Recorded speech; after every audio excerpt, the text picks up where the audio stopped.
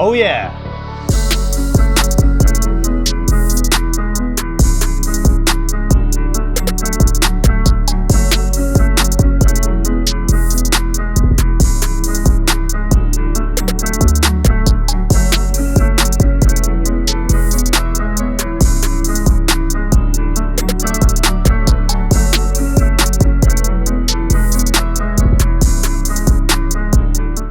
Today, we are beginning to clean the Chaser up, so let's get stuck in.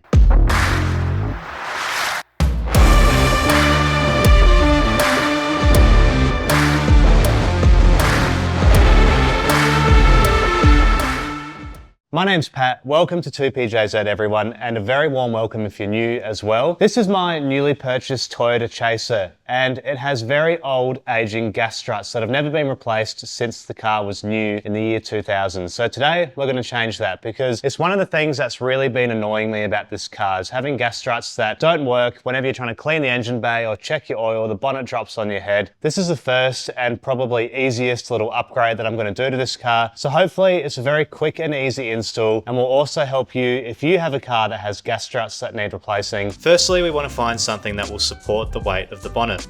I just found this broom outside, but you can use literally anything that's strong enough to support it.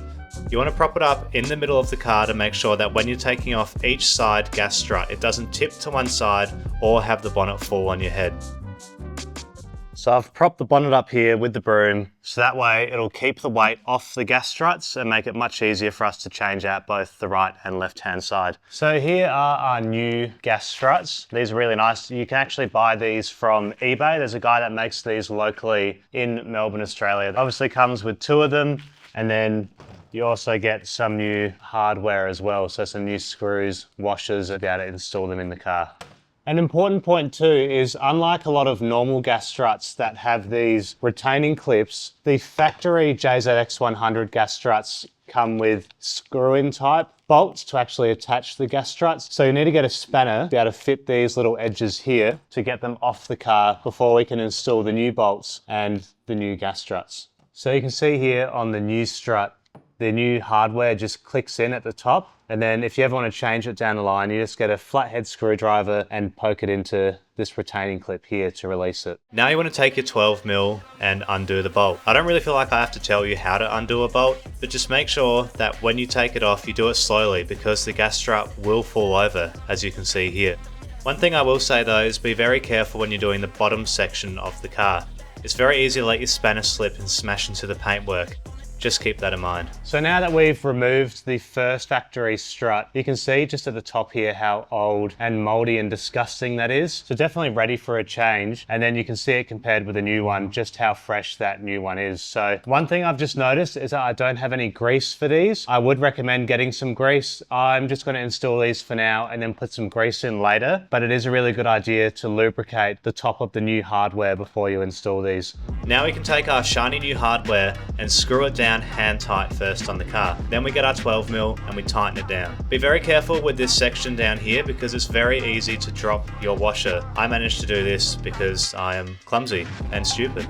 Alright, so now we've got the new hardware in, looking very nice and silver compared to the old side, which is super crusty and disgusting. You just have to make sure you install the new strut the same orientation as the old one. So you obviously want this black part at the top. So let's go and pop that in. So we're going to install the bottom half first just to get out of the way of this area down here. So once the bottom's locked in, all you have to do is pop this one into the top.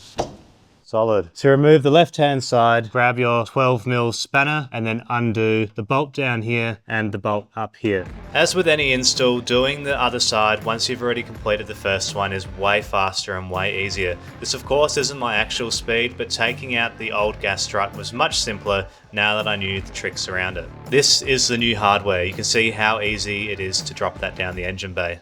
Like the passenger side, make sure you're doing your screws hand tight and being very careful that you're not dropping the washer. Now, as is always the way when you're working on cars, I dropped one of my washers down on the other side in the engine bay. I unfortunately don't have a spare, so I'm just going to chuck this one in for now. And then next weekend, when I'm out getting some things for the next part of the upgrade to the car, I'll get another washer and take these out and put it in. So just ignore the fact there's no washer on here for now. That will be changed. So now all the hardware is in, take your 12mm and tighten up the bottom and the top bolts.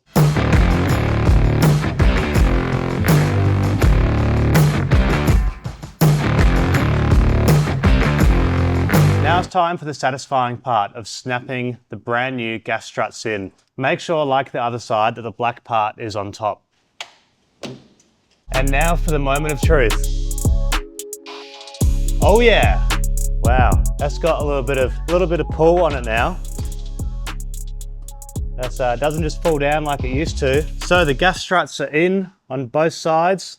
Perfect. So that's pretty much it. It's one of the easiest jobs to do on a car, but it makes life so much easier when you're servicing it, detailing the engine bay, or just having a look at your glorious engine. Before I leave you though, I want to show you a sneak peek of something that's coming up in a couple of weeks' time. We have in here some new headlight lenses, and in that box some new fog light lenses. Again, no major mods just yet, just really small, easy things to clean the car up. But look at the situation of the headlights right now. You can't really tell on camera too much, but these are incredibly foggy, and the fog lights are very foggy, which we don't want. So we're going to change these out for a completely new unit, and we're going to keep the factory headlight unit, but just change out the front of the glass here. So we're doing a full tutorial on that in a couple of weeks. I hope you've enjoyed today's video. It is a very simple install, yet I did manage to drop a washer, so just be careful. I'm going to have to get one of those little magnetic things that can pull the washer out from under the igniter box area for me. So we'll get that sorted and we'll chuck the washer in on the other side. But hope you enjoyed just hanging out with me doing the first little bit of DIY, TLC, whatever, to the Chaser. This is obviously a very easy and incredibly basic thing to do, but it really does make a big difference. I really appreciate the small things in a car, and just spending some time with the Chaser is something that I'm really fond of, and I hope you guys have enjoyed hanging out with me. So if you're new to the channel, make sure you subscribe, because this is just the start of a very long series on this Chaser. Make sure you like this video, send it to a friend, comment on what you want to see done to the Chaser. My name's Pat.